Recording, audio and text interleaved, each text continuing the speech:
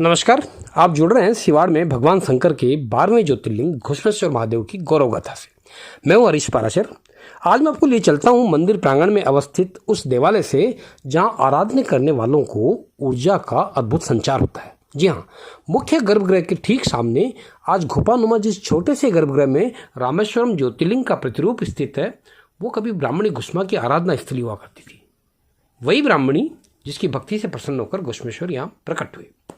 घुश्मेश्वर ज्योतिर्लिंग के गर्भगृह में ही जल रही अखंड ज्योति का मैंने जिक्र किया था। दरअसल यहाँ बैठकर श्रद्धालु आज भी ज्योति से साक्षात्कार करते हैं। पुराने लोग बताते हैं कि तंत्र विद्या की ध्यान साधना के रूप में इस जगह का इस्तेमाल होता है।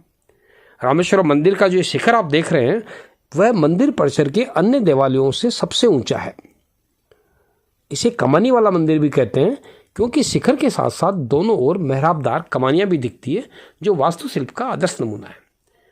ध्यान साधना और ज्योति से साक्षात्कार के लिए इस जगह को ही क्यों चुना गया, ये सवाल कई बार मेरे मन में उठता था। जवाब मेरे अग्रज पंडित पुरुषोत्तम शर्मा देते हैं। उनका कहना है कि साधना के नियमों में अखंड ज्योति साक्षात्कार के लिए निश्चित दूरी व ऊंचाई जरूरी है। इसीलिए रामेश्वरम मंदिर जहाँ अवस्थित है, उसकी बहुत ऊंचाई उसको दी गई और करीब करीब इतनी कि अखंड ज्योति के समकक्ष रहे। साधना का क्रम भी ऐसा कि पहले रामेश्वरम मंदिर में बैठ के ज्योति से जुड़ा होता है, उसके बाद इस दूरी को धीरे धीरे कम करते करते उस जगह तक पहुंच जाते हैं साधक जहां और ज्योति के बीच की दूरी बहुत ज़्यादा नहीं रहती।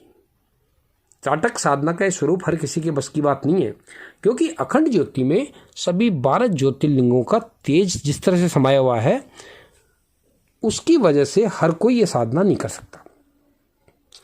अब चर्चा में रामेश्वरम मंदिर निर्माण की करता हूं कि धीरावत राजपूतों के प्रतापी शासक केसरी सिंह ने विक्रम संवत 1725 यानी 1678 में इस मंदिर की स्थापना कराई।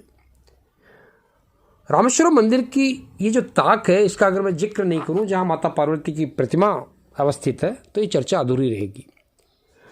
किस्सा यूँ है कि आज से करीब 150 साल पहले यहाँ चारण परिवार में शीशदान चारण हुआ करते थे। घुश्मेश्वर के अनन्य भक्त थे। अपने घर से पूजा घर में उन्होंने घर पर माँ पार्वती की प्रतिमा स्थापित कर रखी थी, लेकिन उनका क्रम ये था कि रोज़ अपनी पगड़ी को इस तरह से बांधते थे कि जैसे प्रतिमा इसके अंदर रखा हुआ जाए, और अपने मस्तक पर पगड़ी को विमान का रूप देते हुए प्रतिदिन घुश्मेश्वर के दर्शनार्थ आते थे और इसी तरह वापस लौटते थे। लेकिन जब वो अशक्त होने लगे तो माँ पार्वती का ये दर्शन क्रम कहीं रुके नहीं। इस इरादे से इस ताक में उनके परिजनों ने स्थायी रूप से प्रतिमा को प्रतिष्ठित कर दिया। तब से ये माँ पार्वती का जो घुश्मेश्वर दर्शन का नियमित क्रम है, वो जारी है। सिवाड़ में चारण परिवार आज भी मौजूद है।